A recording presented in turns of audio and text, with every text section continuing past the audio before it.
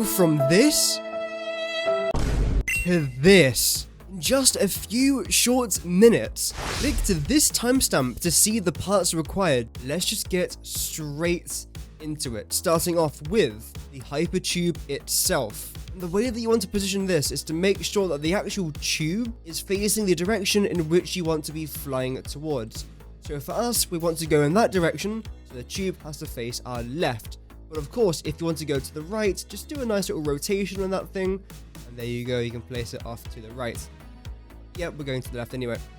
So, you've placed it down. Make sure that you get it as close as possible. Not here, literally as close as you physically can. And then keep doing this until you are satisfied with the distance. The further you go, the more power you are going to get. So if you place down 4 of these things, you're not going to go very far. If you place down 100 of these things, you're going to go off the world. Also, when you do build these hypertube supports, make sure that you have got an odd number, not 20, not 22, but for example here, I've gone with 19. That's very important for this next step, where for every second hypertube support that you see, you are going to, not that one, you are going to be getting rid of it. This way we can then do step 3, and without this we physically can't do the 3rd step. So do make sure that every middle, every second hypertube support has been removed. Ooh, quick autosave. I hope everyone's following along okay so far. Step number 3, you have to remove this hypertube. If you are going in the left direction, remove the furthest left hypertube out of these. Because as you can see, there's one here that attaches to the right, and one here that attaches to the left. If I want to go left, remove the one that attaches to the one on the left. But again, if you're going right, then remove the one that attaches on the right. Just like so. And you have to do this for all of them. I know sometimes it's quite difficult to see where exactly your remove button thing is, but just like that, you should be able to do it. And this is what you should have so far. You can try to test the hypertube thing, but it will not work. And that's because of our next step, placing down the hypertube entrances.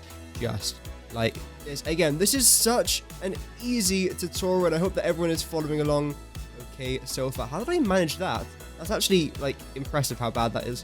Brilliant. Now let's very quickly add this. This should be like the main booster to get you up into the air.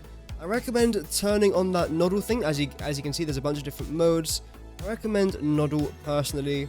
Bring it up to about 1 height and 1 rotation, and that should give you a pretty decent range. However, it will not work yet because you've got no power attached. Ignore the fact that is green, ignore it. It won't be green for you, I just use a special mod for this creative world.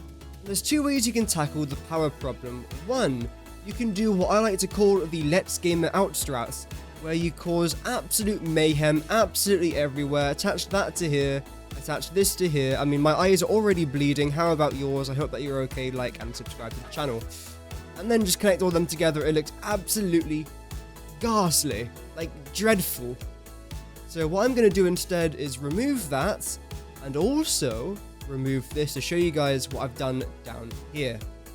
So this is what I prefer to do. In fact, it's what I've done over here as well.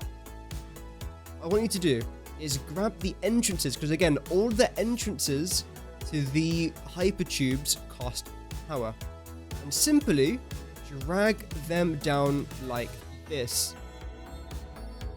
It's very, very simple to do. It's extremely easy. You can hide it if you want. Of course, you don't have to hide it. You can expose the power holes if you really want to, but I prefer doing this, and I think it looks a lot neater. Oh my god.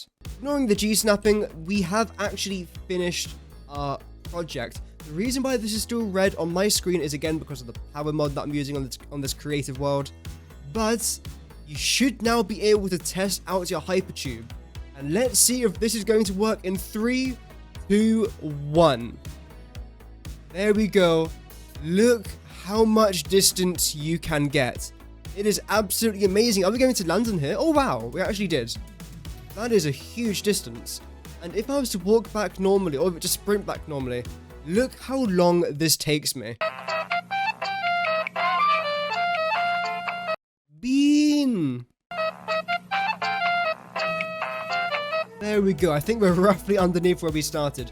I'm not sure how long that was, but all I do know is that was a lot longer than using the HYPERTUBE cannon. There we have it, everyone. That is how to make a HYPERTUBE cannon in Satisfactory. And here are all the parts that you're going to need when you construct this small project. Let's start with power. Obviously, you are going to need some power poles and wire, so make sure that you have all the resources that I'll be showing on screen right now. I do recommend hiding your power underneath the structure, as I've already previously demonstrated, but of course you can always use whichever power pole you like, if you so wish. Moving on, of course, we need some HYPERTUBE entrances. Again, as you saw me place down, we do need about 30 of them, but of course it depends on how big you want to make your project.